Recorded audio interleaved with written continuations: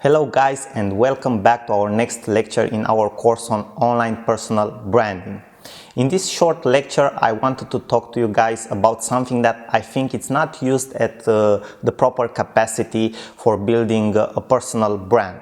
Most of the people who have businesses online or want to build themselves as a personal brand online use this specific tool just for selling different products or offer, or for promoting different affiliate offers or other people's offer products or services. Now, I am talking about webinars, the tool that I think it's misused or not used at a proper capacity. Webinars can be very powerful, and from different specialists in internet marketing, you will find out that webinars mainly have two purposes, right? The first purpose is to sell, promote, or maybe connect an audience with a different product, service, or offer. Okay, maybe when you are launching a product, okay, in a specific niche, you are launching a webinar for presenting that product. Okay, when you want to promote an affiliate offer, you are creating a webinar for your audience, okay, where you are explaining exactly how that product works and the benefits of it and so on. Okay, but very few people are actually using webinars to educate their audience and to offer them a huge value. In that way, by offering a huge value through webinars, okay, to your audience on a specific topic, you can build yourself as an expert and as an authority in front of them. Now, let me give you an example. For example, right, you have a blog, okay, and you are in the personal development niche. I think we have talked about this niche before, but it's very popular right now. Right, and you want to talk about the law of attraction, okay? You want people to perceive you as an expert in the law of attraction, right? What you can do, for example, you have an email list, okay? Maybe you have 1,000 people, 2,000 people in your email list. You can set up a free webinar for all of them, maybe 2 weeks or 3 weeks from now, right? In which you can talk about some problems, okay, that people identify with the law of attraction, okay, or about some specific things that they might not know and you know, okay, about the law of attraction. In that way, when you create the webinar, okay, when you will be in the webinar with them, my suggestion for you would be to start exactly like this. I will not sell you anything in this webinar, okay, because that's the actual truth, but I wanted to talk to you guys about a thing that I've seen in our industry that a lot of people get confused with. And you can practically start to talk to them about that specific topic, okay. That can be very effective. Why? Because people see that you are generous, okay, that you are willingly give away free value, right? And they will perceive you as an authority. Why? Because you know things that other people do not talk about in your niche, right? And we'll think that and we'll see that you care about them, okay.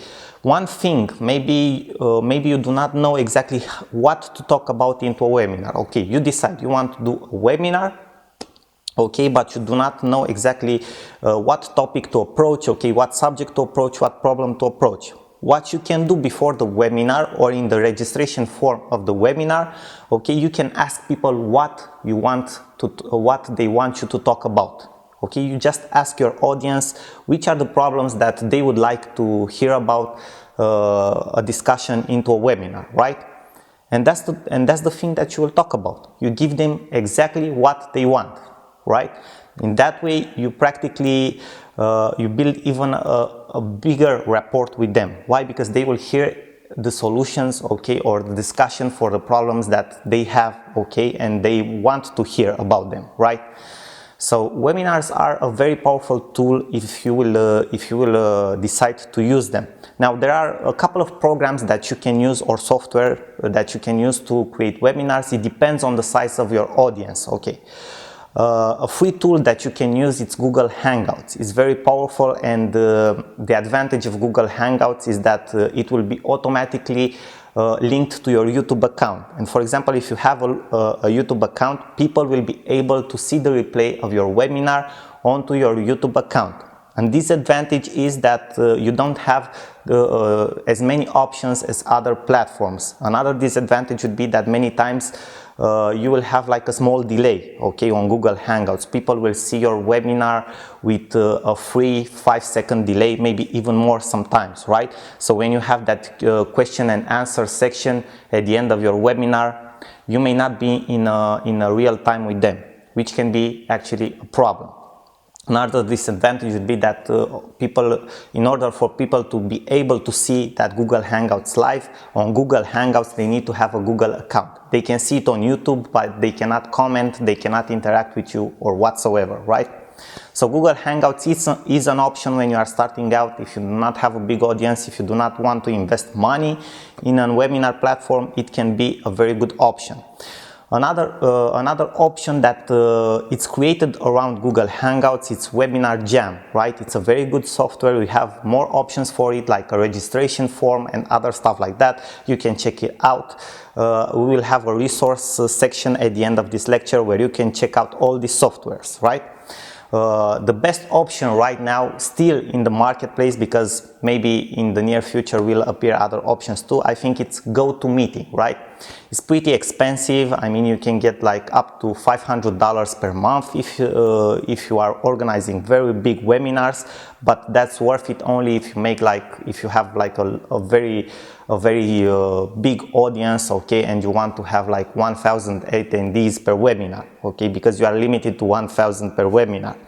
But it's definitely worth it if you have a big audience to do this for them, right? So GoToMeeting, it's still a very good platform. Why? Because it works very fast. People can follow you in a real-time manner, right? But also it has some disadvantages because people need to install like a plugin on their computer to work and other stuff like that. But as a technical part, okay, probably is the best right now because people won't have many errors and other problems like that. So these are just 3 examples. Obviously there are even more examples that you can use. For example, now in the past 6 months there are other platforms that appeared that are linked to Twitter. For example, there is Periscope, where you can organize like live streaming. It's more like a TV show that you create, okay, from your mobile phone. Then there is Meerkat, okay, also for mobile phones. Then there is Blab, that it's also connected to Twitter, which is kind of like a discussion and webinar in the same spot, right? So you have many tools that you can use, but the main idea is to use this in an educational purpose, right? Okay, to create these live events for people to be able to know you better, to relate to you as a human being better, and to position yourself as an expert and as an authority through the value that you provide to them in a huge way, okay, in a bigger manner, let's say so. So I hope this lecture was very helpful for you guys. I thank you very much for your attention. Check out the resource page at the end of this lecture, and I will see you in our next lecture. Bye bye for now. Sorin here.